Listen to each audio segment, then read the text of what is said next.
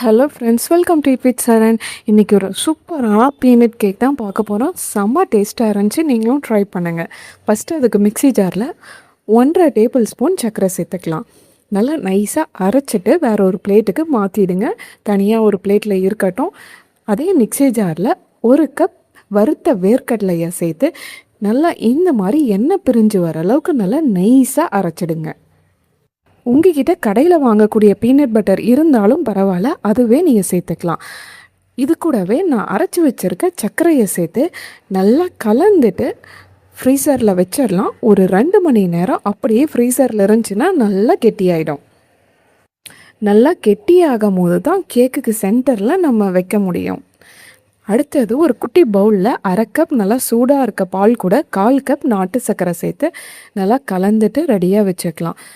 நாட்டு சர்க்கரையில் மண்ணெல்லாம் இருக்கும், இப்போவே கலந்து ரெடியாக வச்சுக்கலாம். அடுத்தது 1/2 கப் கோதுமை மாவு, 1 table spoon cocoa powder, 1/2 teaspoon baking powder எல்லாத்தையுமே கட்டி இல்லாமல் நல்லா சலிச்சிட்டு ரெடியாக வச்சுக்கோங்க. மித்த பொருளெல்லாம் ரெடி பண்ணுறதுக்குள்ளேயே பால் கம்ப்ளீட்டாக சூடாறிடுச்சு, சர்க்கரையும் நல்லா கரைஞ்சிடுச்சு பாருங்கள். வடிகட்டின பால் கூட 2 டேபிள் ஸ்பூன் எண்ணெய், ரீஃபண்ட் ஆயில் நீங்கள் எது வேணாலும் சேர்த்துக்கலாம். ஒரு டைம் நல்லா கலந்துட்டு இந்த பால் எண்ணெய் கூடவே கலந்து வச்சுருக்க கோதுமை மாவு கொக்கோ பவுடர்லாம் சேர்த்துடலாம். நான் ஃப்ளேவருக்காக எந்த ஒரு எசன்ஸுமே சேர்க்கலை.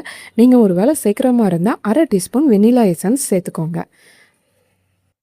நம்ம சேர்த்த பால் பத்தலை, அதனால் ஒரு 2 டேபிள் ஸ்பூன் எக்ஸ்ட்ரா பால் சேர்த்து நல்லா கலந்துடுறேன். ஒரு சில மாவை பொறுத்து பாலோட அளவுகள் மாறும். இந்த மாதிரி நல்லா லிக்விட் கன்சிஸ்டன்சியில் மாவு இருக்கணும். எந்த பாத்திரத்தில் கேக் பேக் பண்ண போகிறீங்களோ அதில் எண்ணெய் தடவிட்டு மேலே ஃபுல்லாக மாவு தூவி வச்சுருக்கேன்.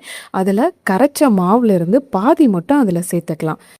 ஃப்ரீஸான பீனட் பட்டரை அந்த மாவுக்கு சென்டரில் வச்சுட்டு மீதி இருக்க மாவை பீனட் பட்டர் மேலே ஊற்றி கவர் பண்ணிடணும். பீனட் பட்டரை சும்மா மேல் டாப்பில் அப்படியே வையுங்க, உள்ளே அழுத்திட வேண்டாம். இந்த பீனட் பட்டர் கேக் அடிக்கடி எங்கள் வீட்டில் செய்வோம். இந்த மாதிரி தான் செஞ்சு கொடுப்பேன். ரொம்பவே டேஸ்ட்டு சூப்பராக இருக்கும். உங்கள் குழந்தைங்களுக்கும் ட்ரை பண்ணுங்கள். ஒரு 5 நிமிஷம் தோசை தவாவை நல்லா சூடுபடுத்திட்டு அதுக்கப்புறமேட்டு மாவை உள்ளே வச்சு மூடி வச்சுட்டு கம்ப்ளீட்டாக சிம் பண்ணிவிட்டு மூடி வச்சுடுங்க. ஒரு 1/2 மணி நேரம் வேகட்டும். 1/2 மணி நேரத்துக்கு அப்புறம் ஸ்டிக் விட்டு பாருங்கள். க்ளீனாக வந்துச்சுன்னா வெந்துடுச்சுன்னு அர்த்தம். ஒரு துணி போட்டு மூடி வச்சுட்டு ஒரு 5 நிமிஷத்துக்கு அப்புறம் நீங்கள் கட் பண்ணி பாருங்கள். இந்த கேக்கை பொறுத்த வரைக்கும் நீங்கள் ஓரளவுக்கு சூடாக இருக்கும் போதே கட் பண்ணிங்கன்னா தான் அந்த உள்ளே வச்சுருக்கக்கூடிய பீனட் பட்டர் லாவா மாதிரி கீழே வலிஞ்சு வரும். நான் கம்ப்ளீட்டாக சூடு ஆறுனதுக்கப்புறம் தான் கட் பண்ணேன்.